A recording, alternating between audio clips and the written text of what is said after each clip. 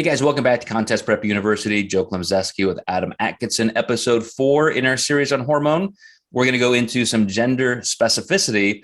We spent last time talking about lean body mass, which we tied more directly to testosterone. So let's give a woman a chance here. And I know whether you're perimenopausal or you have some kind of diet-induced amenorrhea, it's troublesome. We get into some of those health areas that seem scary. And it can be very normal for some women. This is dominantly genetic, but some women can lose their menstrual cycle very quickly. Some never do. But we're going to talk about what we can do with food, diet, our methodology to try and mitigate that. I will say I'll kind of give the the whole story here at the front end, and then we can pick it apart. But it still has to do more with your total energy balance and calorie deficit. Once again, it's not that you need more fat, but when you look at the luteal phase disruption, so when the woman's body is getting ready to, ovulate and the uterine lining is thickening and so forth, and you're getting ready to release that egg, those are the kind of things that if you don't have enough energy, your body, due to evolution, is going to say, well, we can't support a pregnancy. We can't support life. So we're just going to shut down the process. It has more to do with just your calorie deficit and your overall physiological stress. So I've had women who I've helped not regain their menstrual cycle by getting their body fat way up, but just stabilizing food levels. Don't even have to gain that much body fat, get enough rest, stop overtraining, stop overdoing the cardio. And then for most of them, it comes right back. Absolutely. It is somewhat body fat related, but I think you're right where that stress component, and this was a perfect segue from the last episode where, sleep, doing a little less cardio, doing maybe a lot less cardio, depending on how much you're doing, and just relieving that physiological and systemic stress. So, if you think back in nature, we will, like you said, you wouldn't want to support a baby in a super, super stressful environment, or when food levels are lower than what it would be to support a baby, because then you would just get pregnant and die.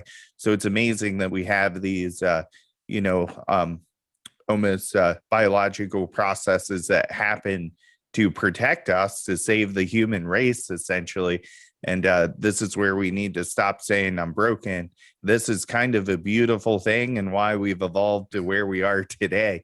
From just a bigger perspective, when that stress hormone cortisol rises, you'll start dumping into reverse T3 to help with that cortisol. But the cortisol will eventually steal your body's progesterone, which is why a lot of women lose their cycle. So, relieving that stress response is huge. And you were kind to remind our listeners that body fat does, in your words, have a little bit to do with it. It actually has a lot to do with it. What I meant was, when I get these clients who are already in the off season and they're still struggling, so body fat has come up. But yes, if you're coming right off of a contest, and as a female, you're still in the 6, 8, 10% range, absolutely, you're going to want to get up above your metabolic set point. But once there and you're still struggling, it's probably due to just that energy balance and excessive cardio. But, you brought up something really great there, just to, again, talk about how protective our body is. When a woman ovulates, in studies, men find them twice as attractive. So, what a weird social psychology nuance just based on pheromones, and perhaps even the woman becoming, maybe a little bit more socially open, like, gesturing, flirting, that kind of thing, more open with their spouse. All these things happen because, again, our bodies are built to procreate. And so that's a normal thing. I think it's important for us as coaches and clients to protect that.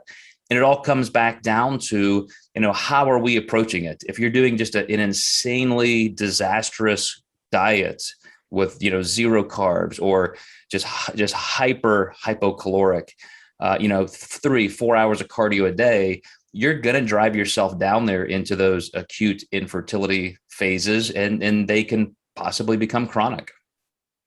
Yeah, where no one wants to hear that you've got to put on body fat post show. And I think that's hard. People do develop body image dysmorphia. And then when you want to pull back cardio, they feel like they can't, or when you want to raise food, they feel like they can't. So, we see this all the time. And one thing I wanted to mention, since reverse dieting has become ever so popular now, have you noticed that people just want to stay too lean because of that? And that's where we're kind of running into this problem.